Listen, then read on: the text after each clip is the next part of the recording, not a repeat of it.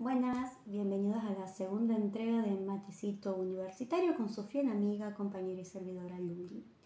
Vamos a encarar la clase número 2 de comunicación, en donde ya habíamos hablado en el video anterior que vamos a hablar sobre la periodización de la época contemporánea de Hobsbawm. Creo que lo dije bien esta vez. Divide la edad contemporánea en tres.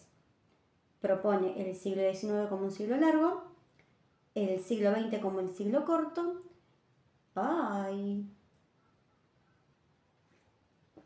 y el resto como el periodo de globalización. ¿Qué es lo que abarca el siglo XIX? Bueno, abarca desde la Revolución Francesa hasta la Primera Guerra Mundial, es decir, desde 1789 hasta 1914. Es la era de la Revolución Europea, más o menos de 1769. Y en paralelo se dan las independencias latinoamericanas de las 13 colonias y a su vez la independencia de Saint-Domingue y de Haití. ¿Por qué esto es importante? Porque una de las características que él menciona luego de esto es el rompimiento del eurocentrismo. Menciona también entonces que comienza la era del capital, aproximadamente en 1848, donde centralmente Europa es la que actúa como capitalista supremo y se van dando ramificaciones en base a lo que va proponiendo Europa. Y la era del imperio viene luego, que abarca hasta 1914, que es la Guerra Mundial, donde comienza el siglo XX, el siglo corto. Es una época signada por la catástrofe, por la barbarie, por el fascismo, dice él, donde está la Guerra Civil Española, la crisis económica, la caída de la bolsa de Wall Street en 1929-1930, que afecta tanto a Estados Unidos como a Europa y Latinoamérica. Es muy importante. En América Latina, en paralelo, se van dando todos los gobiernos de facto. No se olviden que fueron subvencionados en su gran mayoría por el Plan Cóndor y demás, todo proveniente de Estados Unidos. Ahí comienzan todas las etapas de facto de Latinoamérica. Tengan este dato en cuenta. Bien, dijimos entonces que el siglo XX es el de las catástrofes, pero hay una parte del siglo XX, que es de 1947 a 1973, que él llama la era dorada. ¿Por qué? Porque se da el crecimiento económico, se dan las transformaciones sociales y demás. Finaliza la Guerra Mundial en 1945, comienza a recuperarse la economía. Ojo, porque después viene lo que él llama, después de este veinteño dorado, glorioso, la era del derrumbe, en 1973. Donde él menciona que se da la descomposición, la incerteza y la crisis. ¿Por qué? Porque desaparece la URSS y se cree en el triunfo del neoliberalismo. ¿Por qué decimos que se cree en esto? Porque después, en 1990, caemos en la cuenta de que el mundo está totalmente polarizado. En el caso de Argentina nos encontramos con el gobierno de Menem y ¿qué vemos? Que la polarización aparece a través de los nuevos pobres. Son datos históricos importantes a tener en cuenta.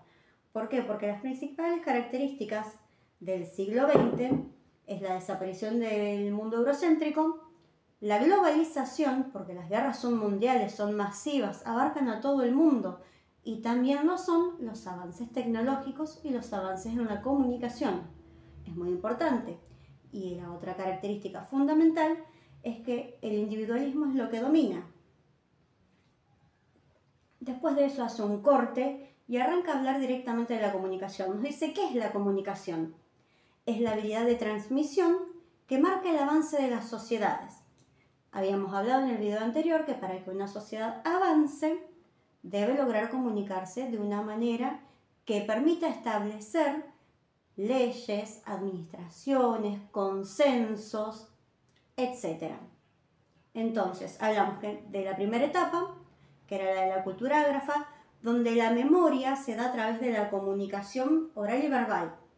Es decir, la comunicación y la escritura se dan siempre para guardar memoria de diferentes hitos, de diferentes hechos. En el caso de la cultura ágrafa, que estuvo desde hace como 2,5 millones de años, se da con la coexistencia de la expresión en piedras, es decir, las pinturas paleolíticas, por ejemplo, las pinturas en cuevas y demás, donde la comunicación se da a través de los gestos, de los signos, de las señas. Y después las culturas avanzan a través de la tecnología de la agricultura, que permite que el ser humano deje de ser nómade y empieza a ser sedentario. ¿Qué ocurre con esto? Que se asientan las primeras civilizaciones. A medida que las civilizaciones avanzan, se hacen necesarias diferentes maneras de organización. Aparece el Estado, cuando producís en excedente podés comerciar, y las grandes culturas nacen siempre al lado de una gran boca de agua. Ríos, mares, océanos, en su defecto. Hablemos de Oceanía, que está más en el medio de océanos. Ríos y mares fundamentalmente. Y después vamos a ver 3 lugares sumamente importantes en Europa, y el cuarto, que obviamente es la América precolombina. Eso en el próximo video. Siempre hay que pensar y tener en cuenta hacia dónde vamos a avanzar. Es muy importante leer los proyectos de los docentes de cátedra para ver qué es lo que quieren, qué es lo que piden. Bueno, después avanzamos a los primeros sistemas de escritura. ¿Cómo se dan estos primeros sistemas de escritura? Con los avances de las herramientas. ¿Por qué? Porque cuando avanzan las herramientas y demás, se pueden producir diferentes cosas. Por ejemplo, en Egipto los papiros, en China el papel. Y nada, bueno, después menciona la importancia de Egipto, China y Mesopotamia como centros principales de escritura. Fueron las grandes civilizaciones del continente europeo en su época. En paralelo, del otro lado del océano, estamos nosotros con las civilizaciones precolombinas, que también tenían sus medios de escritura y de comunicación. Entonces, él nos dice que los medios de comunicación luego comienzan a masificarse. ¿Cuál es la primera masificación? La de la imprenta. La imprenta, ¿qué es lo que hace? Masifica todos los textos que en su momento eran escritos a mano por los monjes.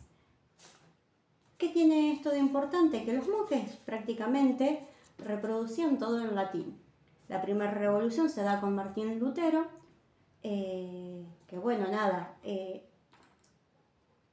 los textos de la iglesia él los traduce a su idioma natal para que sean asequibles por el pueblo, por la plebe, por nosotros, básicamente. ¿Qué permite entonces la imprenta? Una distribución de conocimiento veloz y masiva, en lenguas nacionales y locales. Es toda una revolución. Hablamos de masividad para la época. Siempre tenemos que contextualizarnos en la época, en la era, en el espacio geográfico. ¿Sí?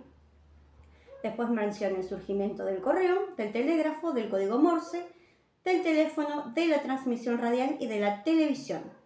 Esos son los primeros medios de comunicación que masifican, y luego retoma la irrupción de las TICs, de las nuevas tecnologías. Menciona la computadora, el correo electrónico, el teléfono móvil como celular, sin internet, y después sí, el teléfono inteligente. Después marca otro hito, que es el desarrollo de las redes sociales, que permiten la multiplicidad de comunicación, la multiplicidad de formas de comunicarnos, ¿sí? Y menciona como muy importante el desarrollo del .com y de Facebook como red social. El otro hito que marca es el desarrollo del comercio electrónico y nos plantea como reflexión final una pregunta, que es: ¿cuáles son los avances y los peligros de la comunicación? Avances, miles; beneficios, muchísimos. Peligros, nuevas maneras de ser estafados y la pérdida de la comunicación cara a cara, del poder encontrarnos y compartir.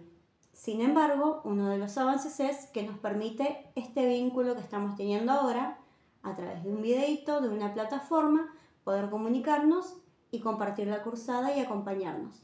Bueno, eso fue todo por hoy. Besito. Nos vemos en el próximo videíto.